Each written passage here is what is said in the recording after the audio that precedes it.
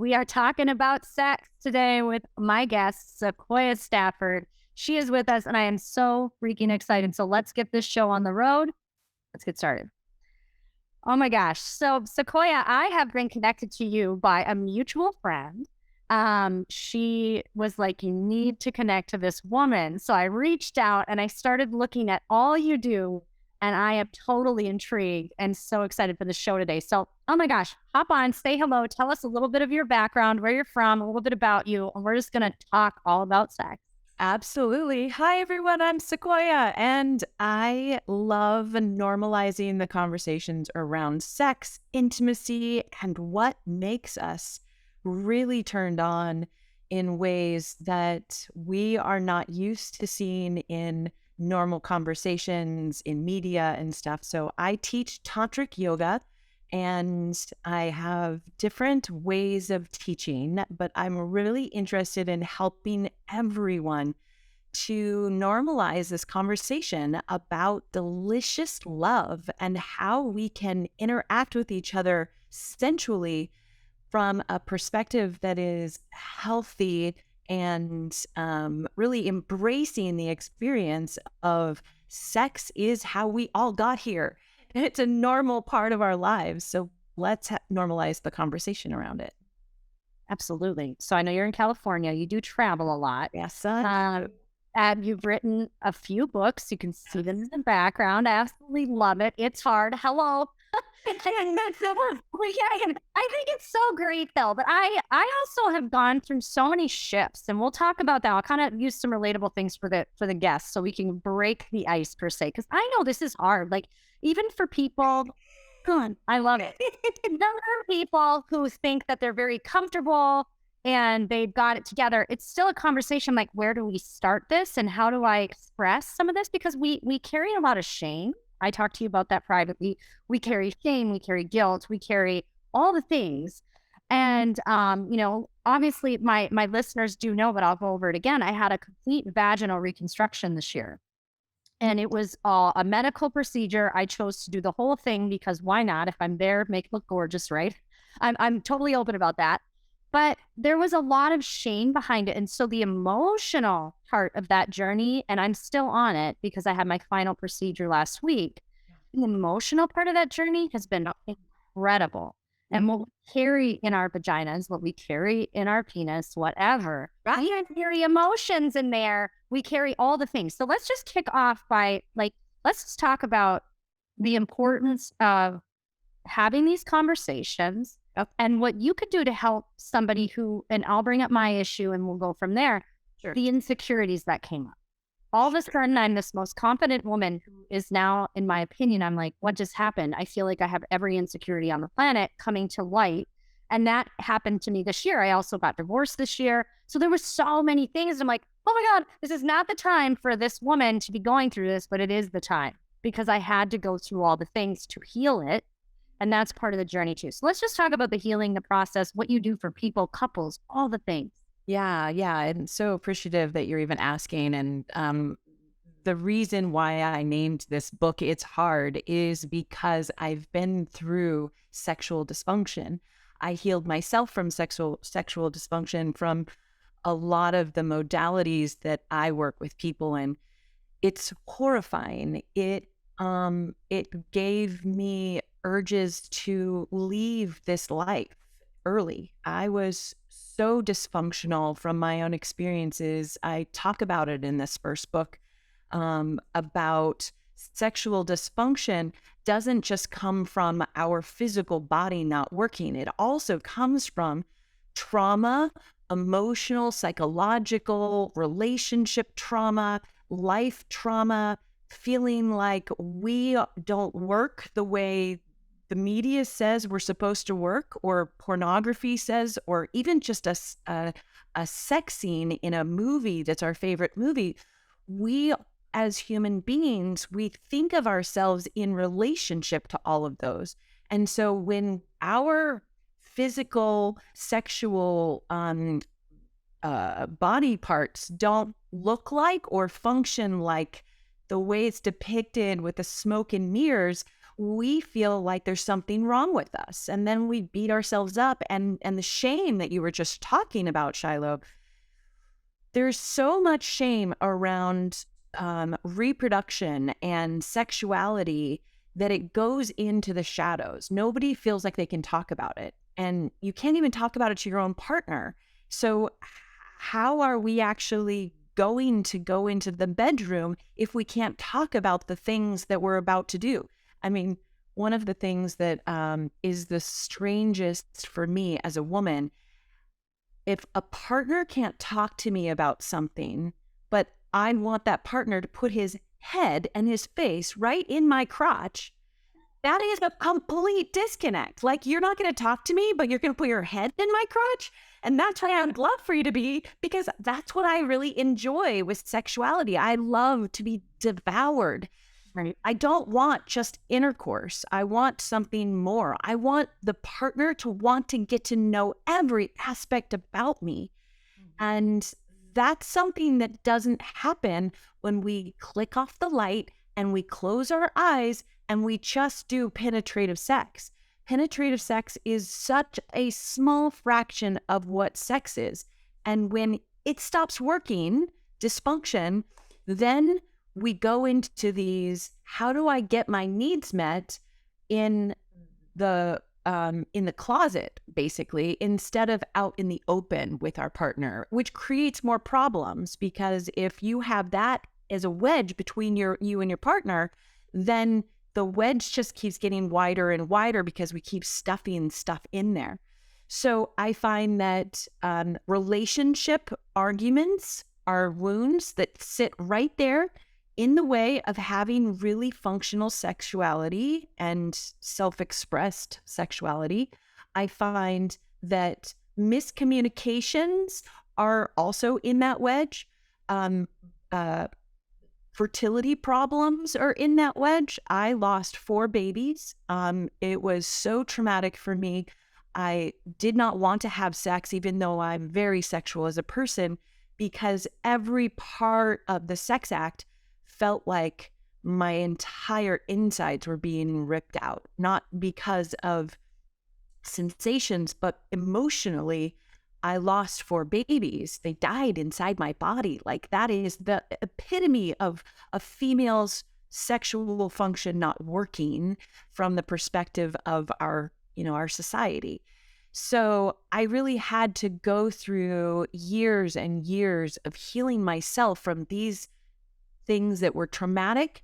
I felt shame around it. And I needed to know that I was going to be secure in my abilities when I went into new relationships. So I hope that I answered some of your questions about it. There's so much more to say about it, really.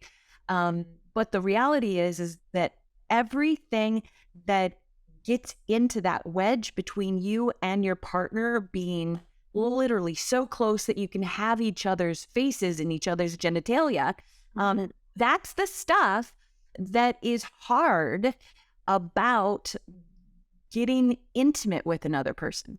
But my practice comes from a lineage of Dr. Ruth. I was 12, 13 when I first started listening to Dr. Ruth. And I'm 50, so that was back in the 80s. She was on the radio. My sister and I are just a year apart, we would sit and we would listen to her on the radio late at night. And we were like shocked, but also it felt so good to know that this was normal instead of, something to be ashamed about. So my parents are very open and they talked about sexuality with us growing up. So it wasn't a mystery to us. We were encouraged to have our own sexual expression for our private life. My parents really supported that.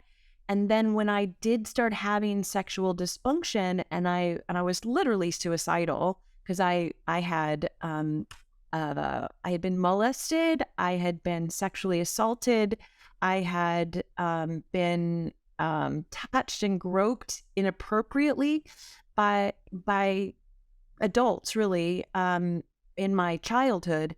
And that all left me with the story that I write about in my first book, It's Hard, with dysfunction, because I thought my body was icky. And that's, you can see the word icky is very much a young person's kind of vocabulary.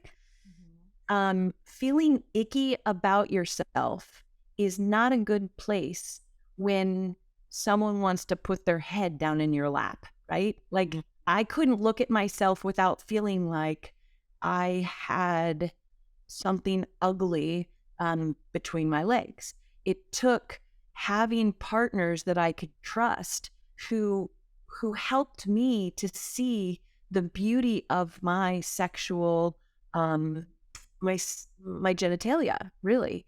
And when I was able to sit with a partner showing me with a mirror the parts of my body that he loved and found was so beautiful, that's when I started my healing process and was able to look at my own, what we call in Tantra, yoni, which means sacred space.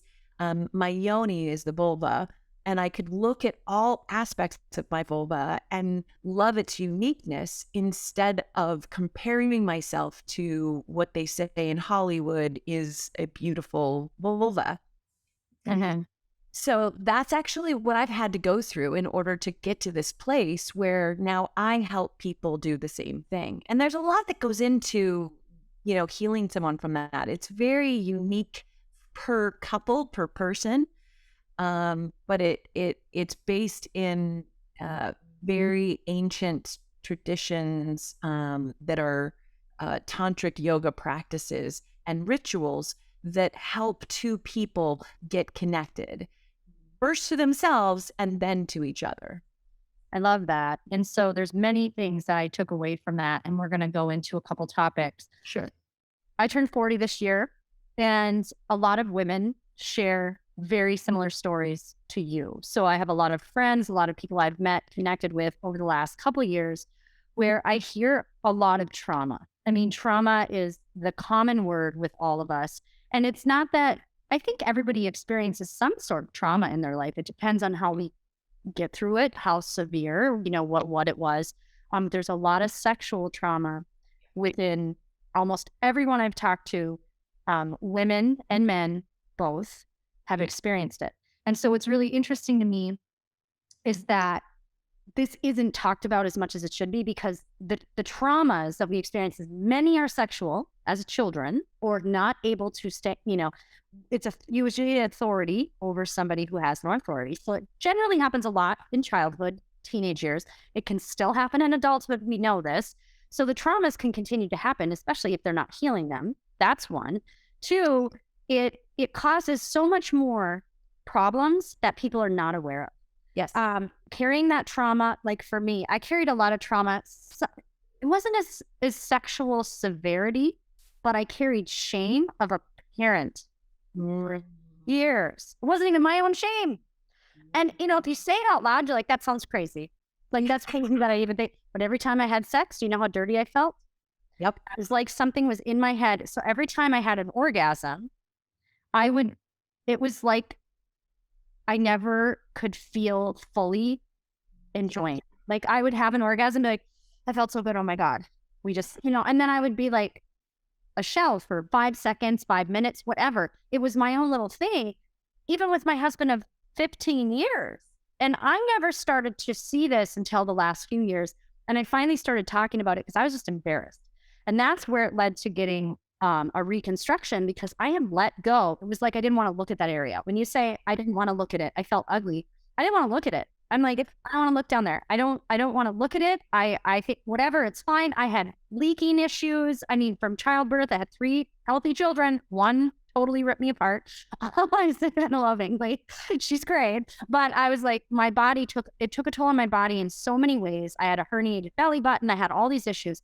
But the one thing I never addressed, the one thing out of plastic surgeries, all these things that had to happen, years just left it alone. So my son teases me. He's like, so Mom, were you peeing your pants for 12 years? I'm like, 100%. Yeah. Like I said, and if a man had 1 day of this, he would have had that fixed in that same day. And I said, that's why women are so interesting the way we do things. Like we care so much about this and this, and we're like trying to do all the things, but you ask us about that, we don't even want to talk about it. Yeah. And I started to identify that, and it did affect my marriage. I realized it later. I'm like, my sex life could have been incredible, and I don't know what I was doing. Yeah. And painful sex. Didn't want to talk about it. Didn't want to talk about embarrassing things, which comes with sex. Like sex is just, it's a little bit messy. It's exactly what I say. Sex is messy. If it's not messy, you're not doing it right. I mean, let's just look from the man's perspective. They literally ejaculate out of their body, which is fine if you actually see it as a sacred mess.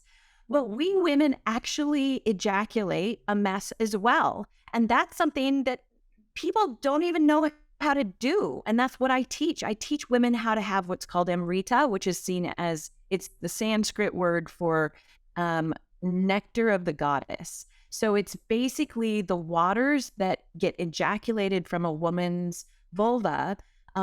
It comes right out of the urethra, just like a man.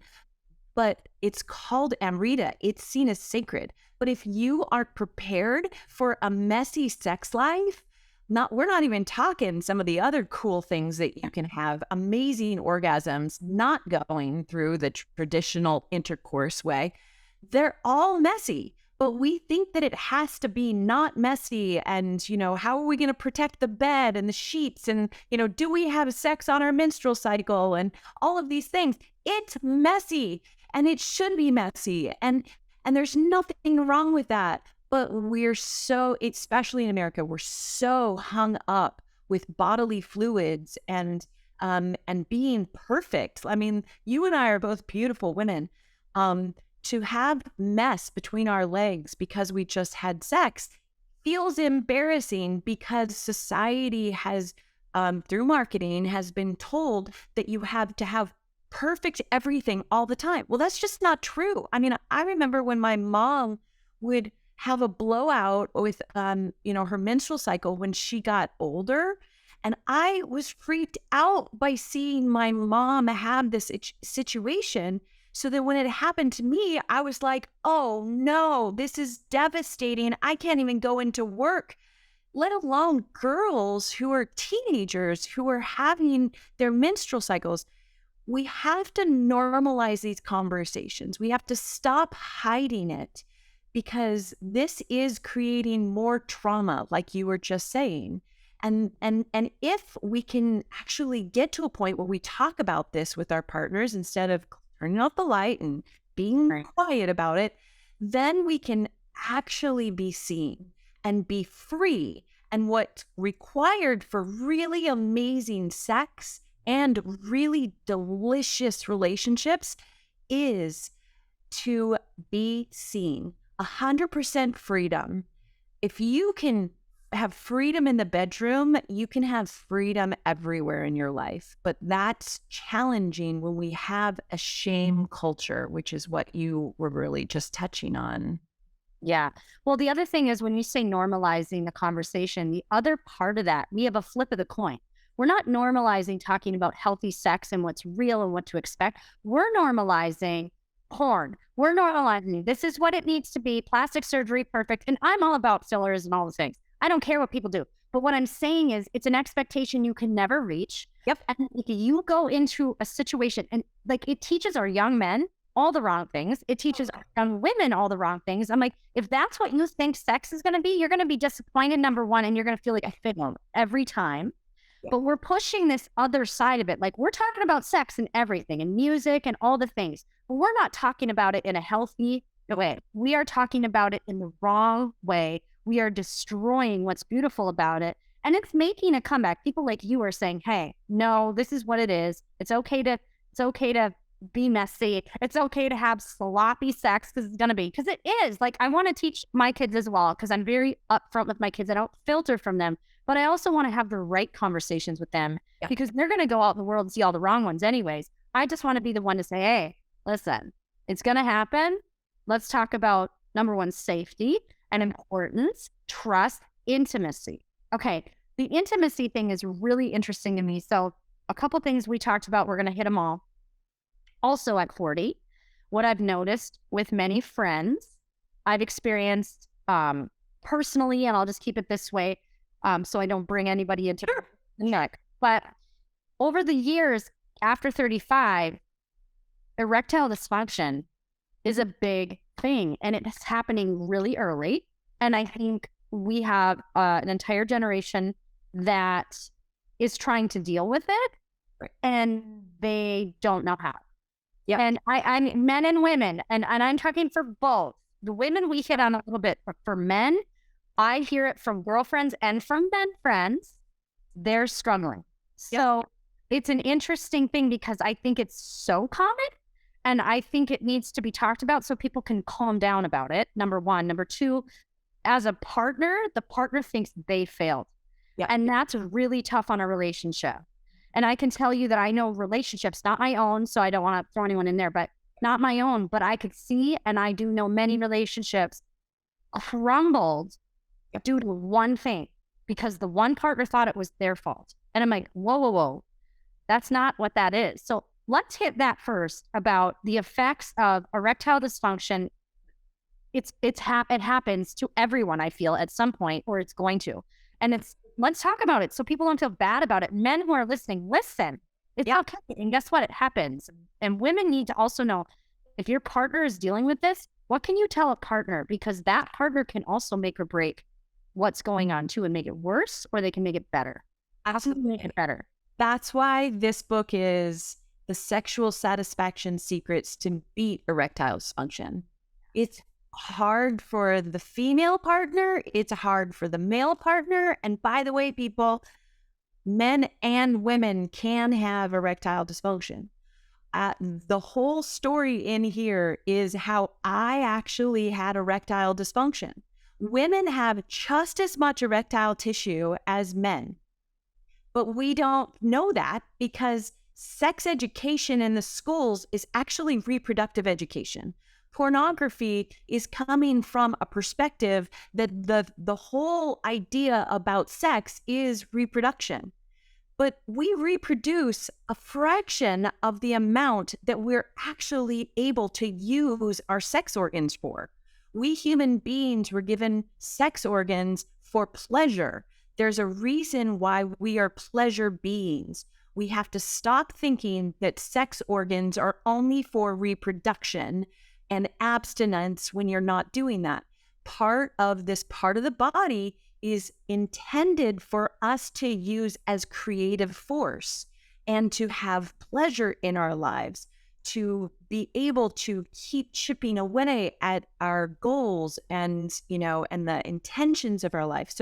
So the idea of utilizing this sexual area for more than just reproduction needs to be a part of the conversation.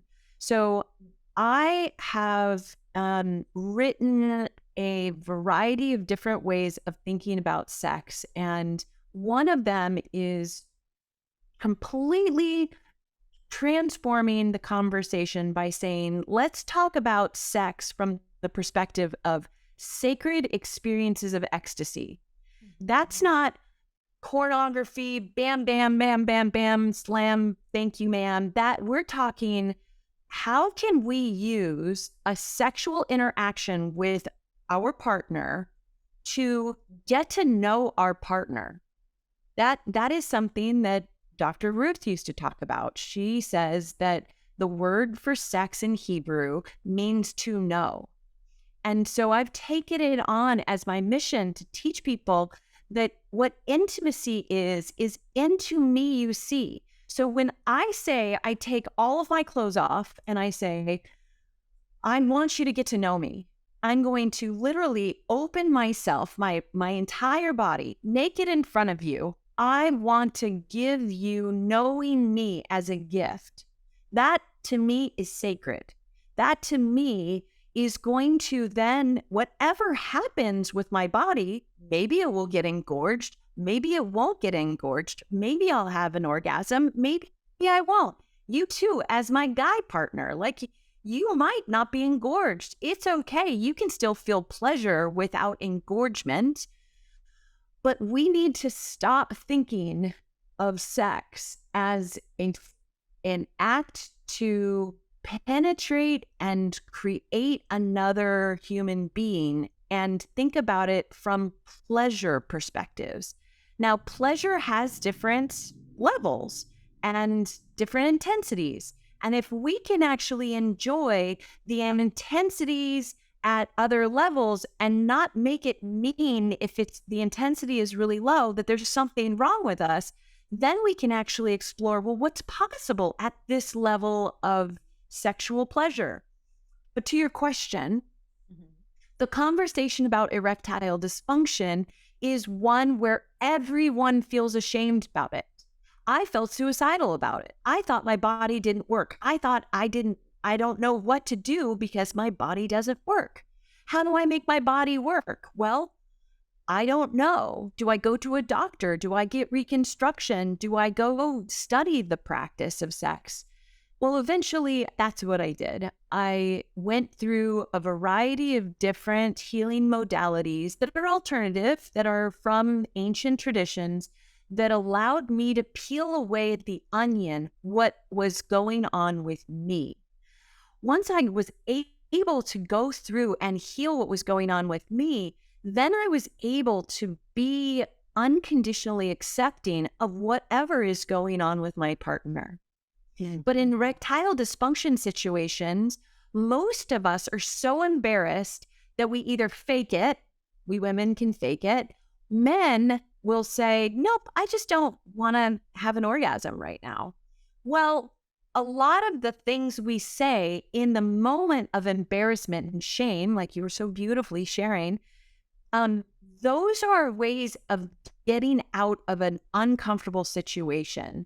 And then a lot of men that have erectile dysfunction, they go and seek out help from professionals that, will help them to see whether or not it's the relationship that's not working that is causing the dysfunction. So then there's more secrets that go into it. It's such a complicated situation because we're doing it in privacy. We're not opening up to our partners. So a lot of the process in It's Hard that I go through is how to have hard conversations with your partner. Don't do it in the bedroom. Don't do it when you're trying to have sex and it's not working. Do it at the kitchen table over a glass of wine. Do it sitting in your garden, and have like a vulnerable conversation where you can say, hey, I'm really scared. I feel like my body doesn't work sexually, or you don't like my body, and I really love oral sex. I want you to be at my temple worshiping me, but I'm afraid that you're going to reject me. It's not easy to have those conversations while you're trying to have sex. So don't do it. I always recommend have these conversations before you are wanting to have sex and when you're not altered by sexual chemicals. A lot of people don't realize that when we get turned on and we're in a aroused state, we're flooding with a whole bunch of hormones and chemicals. It's not a good time because your brain is altered like you're on a drug. So that's not a good time to actually have these conversations. The good time to have them is before or after, when, you've had time to really integrate what has happened. There's also things that I recommend couples do to get more intimate with each other. And I don't mean intimacy as sex. I mean into me you see. And if there's a rejection for doing this with a partner, then you shouldn't let them in your body. Why would you want to have someone who refuses to talk to you literally sticking parts of their body inside you? That is a sacred space. This is not a place to have someone that you don't trust. And I believe I have a teenager too. She's 18. She's going off to college in a couple of weeks.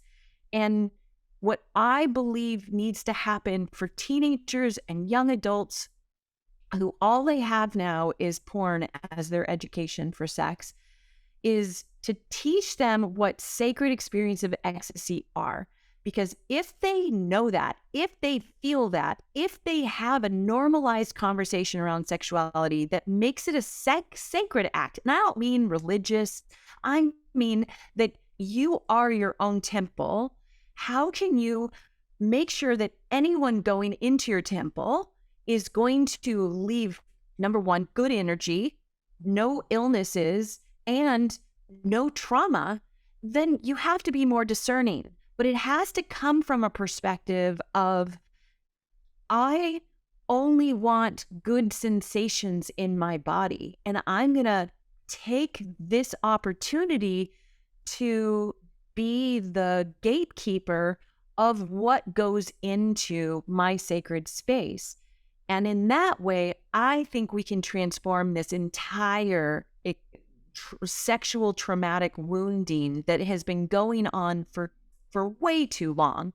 We're over it. I mean, if nobody got the message with Me Too, then I don't know what is going to work. But for me, I am far more discerning now than I was when I was a young 20-year-old, because I know that I wouldn't want to allow anybody to put anything toxic inside my body. That includes someone's energy, and that is an energy pool in our sex organ that you have to somehow get that negative energy out of you if it was put in there. So it's so challenging, and you have to go to someone who like knows what to do, like myself, in order to really release and clear out all of those traumatic experiences that I just don't want anybody to have to go through that. So don't let them in the first place. And this is true about men as well.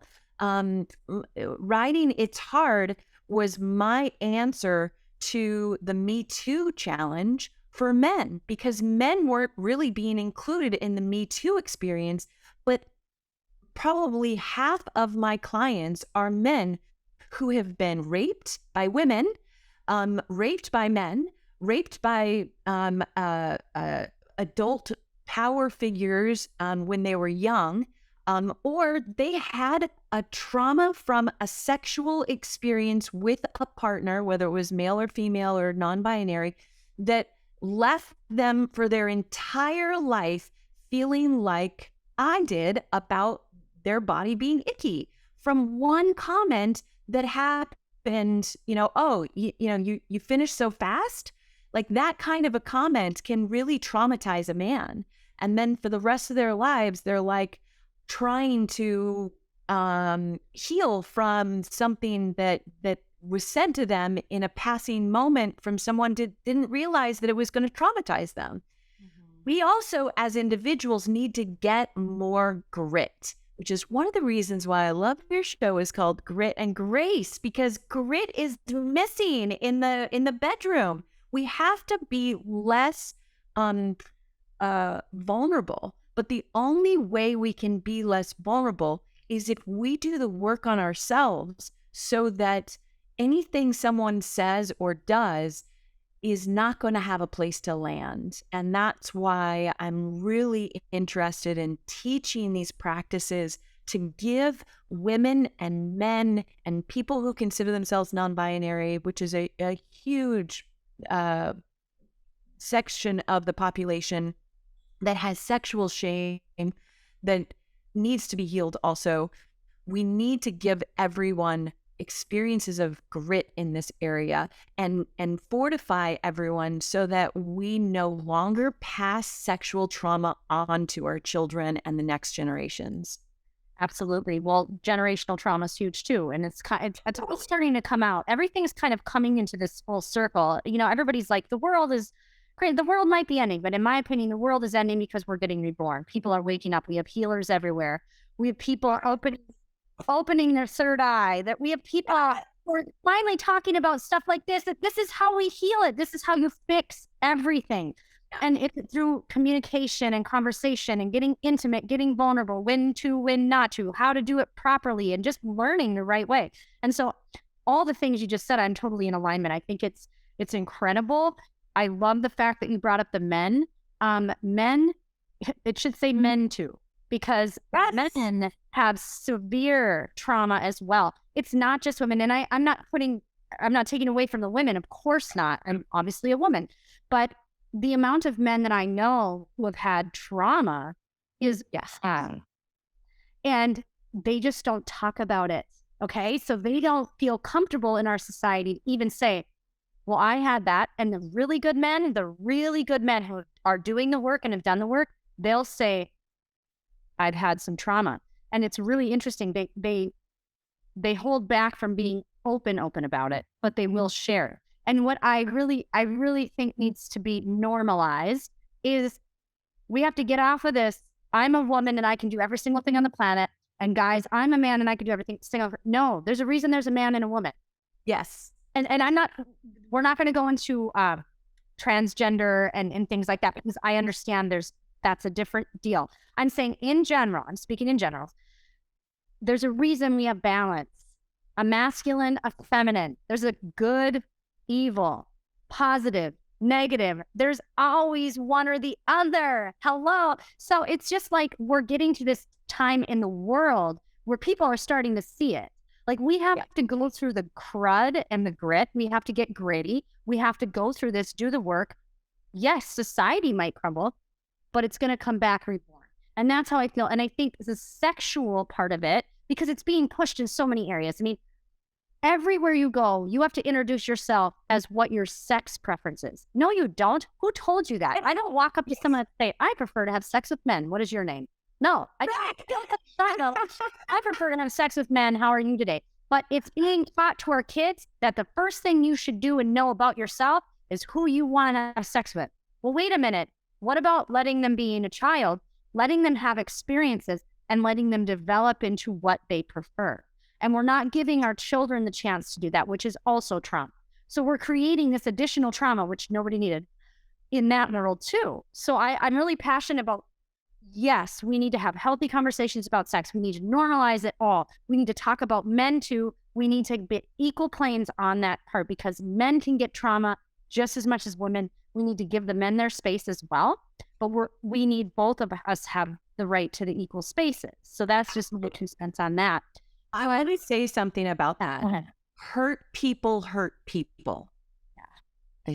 And the reason I wrote this for men dealing with Me Too situations and erectile dysfunction, and not for women, is because nobody was doing that at the time. And I wrote this right after Me Too. So I was working on healing women by healing the people who had hurt women.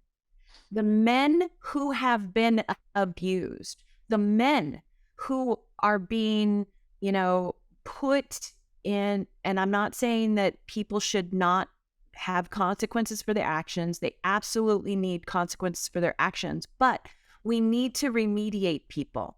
We cannot say that this person is no longer a part of the society because they hurt someone. We have to say, okay, this is unacceptable. Let's remediate someone who is hurt themselves, which is why they had the idea to do it. The people who molested me, the people who hurt me as a little girl, who touched me inappropriately, the boss who assaulted me and trapped me in his office in my job as a college student, they need to know that that is not acceptable and learn how to heal whatever it was inside them that made them make that choice that is not acceptable. So it's not about, men versus women, about who needs more help. It's about all of us need help. We all need to heal from this really, I don't know if you're okay with me cussing, but this fucked up relationship we have with fucking. It's ridiculous. We all got here from the sex act. It is not disgusting. It is a part of our evolution and a part of how we get through being in society with each other. It used to be something that a tribe would share with each other. It wasn't from the perspective of ownership. That's what book number 2 is all about. This is about how do you have sexual sovereignty?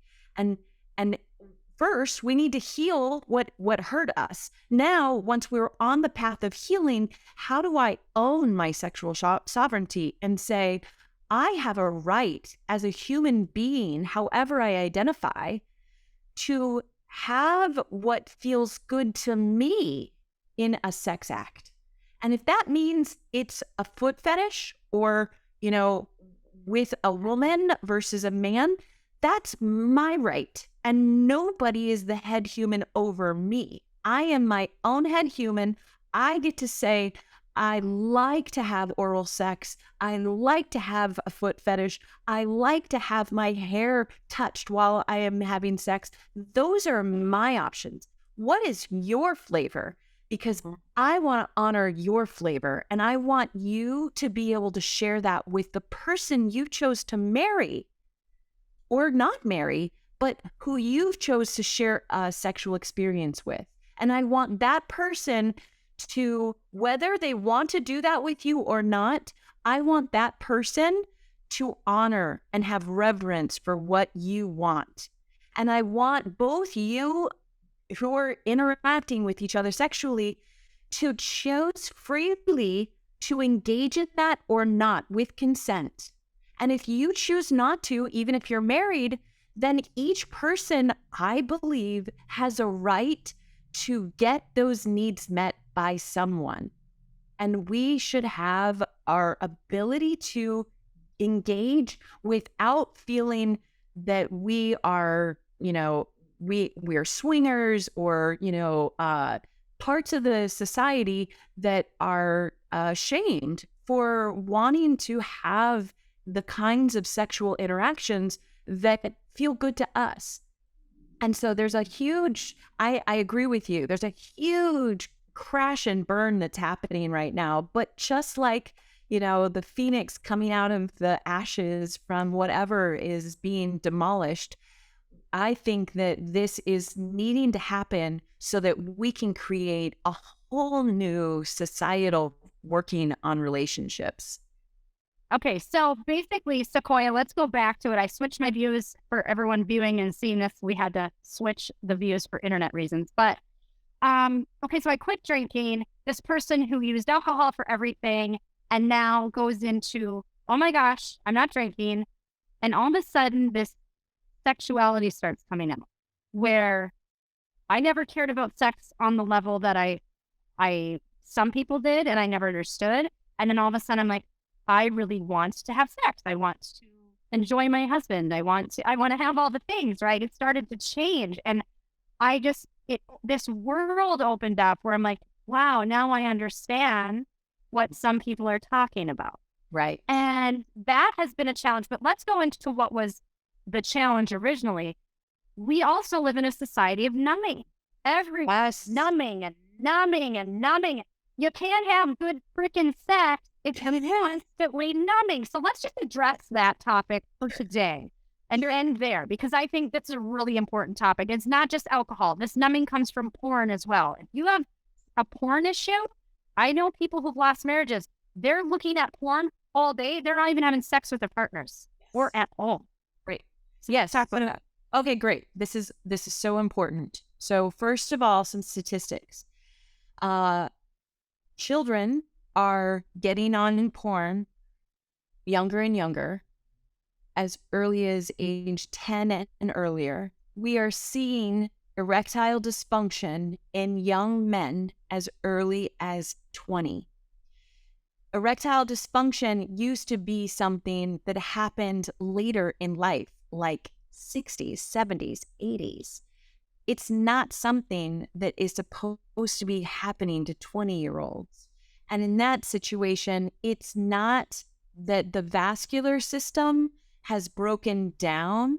Like in diabetes, diabetics have problems with their extremities because their circulation goes away. They basically lose the circulation in their extremities. And one of the first signs of diabetes and also heart disease is erectile dysfunction. So anyone who's listening to this, if you have someone in your life that has erectile dysfunction, please make sure you get checked out, because it's the earliest sign for diabetes and also heart disease, and other things as well, stroke, everything. So circulation issues are real issues, and that is physiological. But a 20-year-old, that's because pornography and these numbing things like alcohol, like you were saying, cannabis, other forms of numbing agents, which also includes porn and masturbation. When you burn out the nerves in your nervous system, they can't experience pleasure. And so many of us are medicating ourselves with alcohol, pornography, and other self-medicating substances, pushing pills and stuff like that. We are a numbed out society, and especially after the pandemic. I mean, all of us are experiencing a trauma of social interaction. We have had an atrophy of social IQ. Now, if you're numbing yourself, that means you're cutting off all the sensations that what we do in a sexual activity is wake those sensations up. But if you're numbed out on alcohol, then you're going to have pornography, sex, pound, pound, pound, pound, pound, pound, pound, to feel anything. In Tantra, we teach the body how to feel. Even, I'm looking for one of my feathers. I usually have feathers right on my desk, and I don't. So even if you have a feather that is running on your body, how could you have an orgasm from a feather? That is very subtle sensations. But if you have used a vibrator, an electronic vibrator on your clitoris, you have most likely burnt out the nerves. There's 8,000 nerves in your clitoris. If you've used a vibrator that pound, pound, pound, pound, pound, pound, pound, that is going to mean that you need more of that pounding in order to have a release of orgasmic sensation called an orgasm, right? So the numbing happens in a lot of ways. And my work is to help people break the habit of numbing sexual activities, including alcohol, including drugs, including pornography, including the fetishes and dysfunctional sexual activities that you don't want to do anymore that are perpetuating it. It's just like an addiction. An addiction is basically someone filling a God-sized hole in their spirit, in their body, with something to make them feel good. Operative on make, like force themselves to feel good, because there's underlying things that are really sitting there that are traumatic and needing to be healed. Instead of healing those, we just medicate ourselves. And masturbation is one of those aspects, and pornography is one. And what happens is once your nervous system gets addicted to a certain sensation, right? Say having alcohol before sex, then you can't have sex without it, right? The reason why erectile dysfunction is happening in these 20-year-old boys is because they've been addicted to porn since they were 10, and then having sex with a real woman doesn't turn them on. As a matter of fact, there's a TV show, I don't remember the name of it, I don't want to call it out, but it's a TV personality who can't have an orgasm without it being a fake, one of those blow-up dolls that Okay. he's having sex with, because he has to have sex to the extremes that they have in pornography. And with pornography, what happens is it's like an entrance drug to more and more extreme versions of sexual exploration. And as I said earlier, I believe that sexual exploration is really important for your sovereignty, but they're not doing it because they're really interested in those things. They're doing it because normal sex doesn't get them off. So the way to heal that is to actually work with someone like myself, learn some of these practices to rehabilitate your nervous system. That's why my work is not just this esoteric, thing called tantric yoga that nobody really understands. It's not that. My work is actually neuroscience, the neuroscience of sexuality. The sex hacking that I can do is I can find out where somebody has had a wound or a trauma or something happened that put a problem in their sexual operating system, which is what I call it. I call it the SOS, the sexual operating system. And if we can find that and we can heal that, remove that from the operating system, like a software engineer would remove a bug from the operating system of your computer. If we can remove that and put it in its place, a new experience of sexual operation, like sacred experiences of ecstasy, then we can start transforming how our bodies interact with our partner. But if we go in wounded and our partner goes in wounded, then what's possible is more wounding of each other instead of being each other's healer, being each other's safe space, being the hero or heroine for our partner. And that's what I really see is the intention behind the sex act. It's not just to get off. If you want to just get off, there's many ways to do that, and go do that. But if you want to actually have an experience with a partner that heals you and heals them, then a sacred experience of ecstasy where you can have a reverence for your partner's body and they can have a reverence for you and watch you, witness you having the most orgasmic experience of your life, where you both can celebrate and toast each other instead of being left rolling over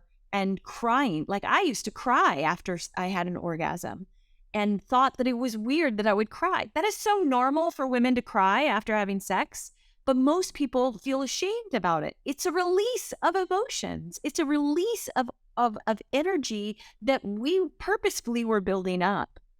So I absolutely agree with you. The numbing is an epidemic that nobody's wanting to talk about. The solution is not to medicate, not to pop another pill, not to drink another glass of wine. The solution is what nobody wants to hear, and that is to take time to just sit and be still. And that's what everybody's afraid of.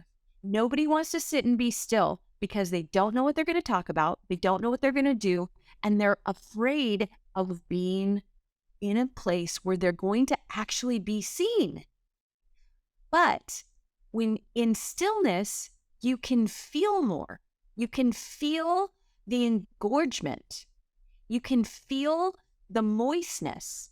You can see how the sexual body parts actually have a life of their own, and they're miraculous and beautiful and such a sacred part of the body. But because we turn off the light and we just do this bum, bum, bum, bum, bum, you're not going to feel the electricity. The electricity when a woman orgasms and you are inside that woman. Most men have a hard time not ejaculating when a woman's yoni is going like this on their lingam. Look, my dog's like, You know? Yeah. So most people don't even wait for that experience because women are being entered too early because they're not engorged, and men are just going for the pound, pound, pound. And where bodies are meant to actually go on a journey where we open like flowers. That's where the whole analogy of the flower, as the yoni is enveloping, the woman's yoni is closed off until she engorges, and then she opens up and furls out. This is when to enter a woman. When a woman is flaccid, it's not pleasurable for her, and it's not really pleasurable for him, which is why there has to be such force for him to get a sensation. But when a woman's yoni is engorged and a man goes in, then the yoni is almost like massaging without doing anything. And that is what's possible, but it comes from a place of stillness. But you, as a person, the universal you, have to be comfortable being still. And this is something that we're all struggling with because we're in a society of social media, swipe to the right, swipe to the left, instant gratification with all of these messages and social media and everything. We have to take time to slow down and enjoy the moments of pause because they're more pleasurable than people realize. I love that. And we're going to close with that because I think it's exactly what everyone needs to hear right now. And everyone who's listening, who's going to catch this recording, who's watching and going, wow, I just got taken to church, church. I hate to say it like that. Did she just seriously do that? Like with her hand? Yes, she did. Quite the thing. This is so true. This is so good. I love these conversations. I'm never shy about them. Like I love that my girlfriends are so open with me. I have a good group of girls that they'll say it. And it's like, this makes me feel better because I want to know that I'm not weird. I want to know that all these experiences are what so many are feeling. And then I want to share it with everybody on the show so we can help heal everybody faster. Like, hello, wouldn't you want to be healed faster? Wouldn't you want to have great freaking sex right now? Like, think about it. You can change your world today if you just take a little bit of what she said, what Sequoia said, and you can actually start having better sex right now and just realizing, hey, my partner is probably missing out on something. And hey, I might need to do different things here. I might have to take my time. I might have to talk to them today. Even if you had a conversation today, wouldn't it be great if we got closer because you finally just talked about the stuff that you don't want to talk about? So, okay, as we wrap, thank you so much. You've done amazing things. You've written 2 books. We're going to get them for sure because I totally have to read these books. I just got connected to her in last week or 2, so I haven't had time. I'm going to get the books. We're going to shoot your links out, but is there, a specific place that's easy to reach you? If somebody wants to say, hey, I need your help. I need you right now. Please share really quick. And we will also share again. Very, very simple. It's actually under my name, freelovemodel.com. If you go to freelovemodel.com, you will get my 12 tips for helping your woman or helping yourself as a woman to want to have sex again, which is really epic. But also with that link, you'll get both of my books for free. And there's a link to schedule an appointment for me. For any of your listeners of this podcast, I would like to do a 30-minute complimentary session. So just get on my calendar because I only have a few sessions available. I've got about 10. So if you guys get on the first 10 totally free, I would be honored to normalize sex and help you get started seeing the sacred experiences of ecstasy in your life. It is your birthright. I want to help all of the people who are interested in having this experience in their life. And I really appreciate being here. Thanks for helping. Oh my God. Share my work. I really appreciate it. I'm on a mission to take the pain and suffering out of sex and love. And I really want to change the marriage policy in this whole world about divorces. I really want to reduce divorce rates by 50% by 2040. So if you all are interested in helping me do that, please send me a message. I'm at freelovemodel.com.